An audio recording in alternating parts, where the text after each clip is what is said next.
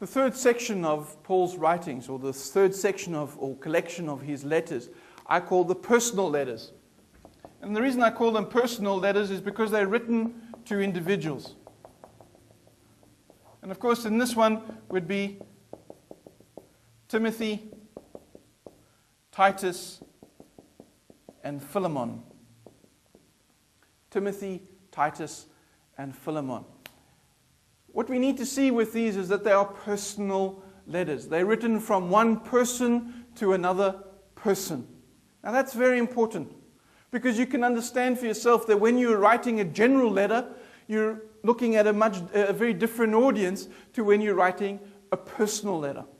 So when you're writing a personal letter, you're actually looking at both that person's context, but also that person's personality. You're saying, how will that person respond to what I'm saying? So there's a whole lot of things that when you read Timothy and Titus and Philemon for that matter, when you read them, you need to read behind the scenes. Don't just read the words that are there, because that's not enough. We need to see that Timothy is not written to a church. It's not written to a group of people who are unknown. It's written to Timothy. It's written to someone that Paul had a personal relationship with, even to the point where Paul had Timothy circumcised. Can't imagine much more personal than that. And so it's in the midst of that we see that there's a relationship. Paul was responsible for both Timothy's mother and grandmother becoming Christians. Paul has got a long history with this family. Timothy has been a companion to Paul. And so it's all that history, all that background that's connected to Timothy as well. Plus, on top of that, we need to see the context. Timothy is in Ephesus. He's taken over the church in Ephesus that Paul started. What a thing to have to step into those shoes. Can you imagine wanting to be the pastor of a church where Paul has actually been the one who established it? That would be a hard gig to follow. On top of that, we need to see as well that when Paul's writing these letters, he's actually at a period when he's coming to the end of his life. We believe that Paul most probably was martyred in about 67 AD. And so by that stage, these letters are written just slightly before that, obviously. And what's happened with it is that when you need to see that Paul realizes his end is approaching, that things are different to what he expected before. What he thought was that he would live to see the coming again of Jesus. In fact, he now realizes that he won't. And that it's possible that even Jesus is going to take a lot longer to come back than he expected. Now, if that's the case, what do we need to do?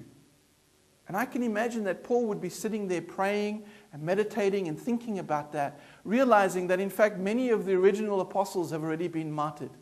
Many of those who should have been there originally have now gone. What do we do next? How do we empower? How do we encourage? How do we equip the next generation? And when you look at the books of Timothy and Titus, what you really see is just that. What you see is that Paul is taking his years and years of experience and he's beginning to distill it down and say to Timothy, now if I was a pastor in Ephesus, then this is what I would do. This is how I would choose my leaders. This is how the leaders, for me, this is what leaders should be like. This is what the Bible should be read as. This is how you should deal with false prophets. And so what you see is that in each of those situations, Paul is taking the wisdom of his life and he's giving it to Timothy. Essentially what Timothy then becomes is something of a mentor teaching a young pastor. This is the senior mentor. This is the missionary who's had years of field experience speaking to this young man saying, this is what I think you should do if you're going to be a pastor to Ephesus. But that means that we need to understand so clearly that this is to Timothy and it's to Ephesus. And therefore we can't automatically make it connect to Martin in Sydney. What I have to do is I have to understand the context in which it was written. I have to understand the connections in which it was written. And then once I've understood those, I need to look behind what Paul is saying and say, how do I now apply that into my context, into my framework? If we don't do it that way, what we begin to say is that what Paul writes, this personal, relational letter to Timothy, then becomes just available for everybody. I think when we do that, that's when we start using Paul in a way that wasn't intended, even by himself. When we start saying that therefore women can't speak in public because Paul said it, that women should never teach men because Paul said it, I think we misunderstand Paul.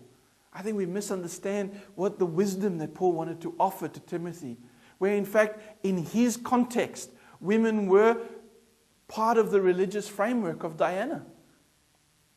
Women were seen to be representatives or representative of Diana. And so therefore a woman who would stand in the pulpit, or at least in that sense of leadership for a church, would then so quickly succumb to the reality of saying, well, she's maybe still standing in for Diana. Always reminding yourself that Timothy is in a context. Ephesus is in the context of the worship of Diana. So what does it mean that what applied to Ephesus applies everywhere throughout all time? I don't think so. In fact, what Paul wants to do is to look behind what Paul was saying. What he was saying was that don't do anything in your church that would stop someone from being able to connect with Jesus. Don't make a worship of the minister, but rather allow the minister to be the one who's always the conduit to Jesus.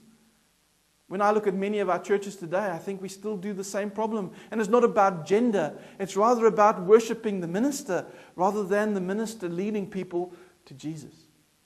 The same applies for Titus. Titus is in a different context though. Titus is most probably in Crete, on the island of Crete. And there he's the pastor. And again, Paul writes to him to say, listen, now that you've become the pastor there, we need to build churches that will stand, that will keep it going, that will actually allow Christianity to maintain itself. And so he gives him then the images that he needs. Finally, we have Philemon. And Philemon, I believe, is one of the most neglected of the books, and yet one of the most important. And one of the reasons for that is because it's looked down upon, because in no place does Paul speak against slavery. We know the story of Philemon. We know the story of his runaway slave, Onesimus. I love the fact that Onesimus means useful.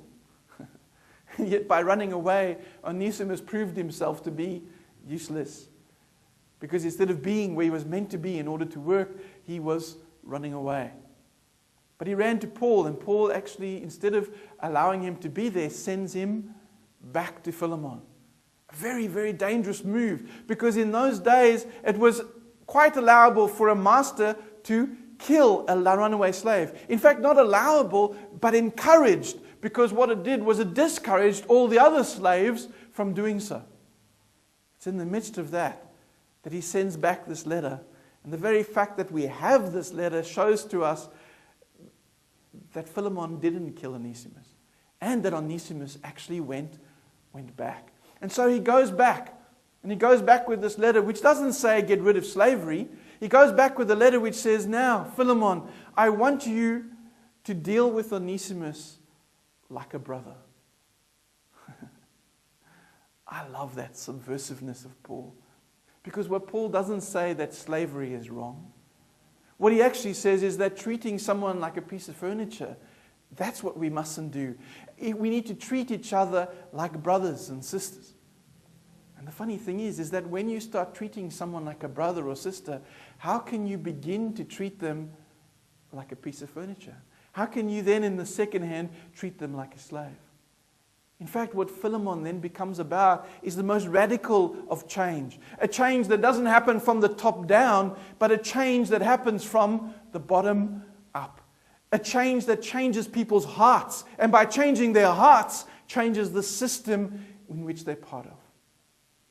I think that, in fact, Philemon is one of the most radical books for that. Is that what it wants to teach us? Is that if you want to bring true change, real change to our society, you don't change our society by changing the system. You change society by changing the people within it.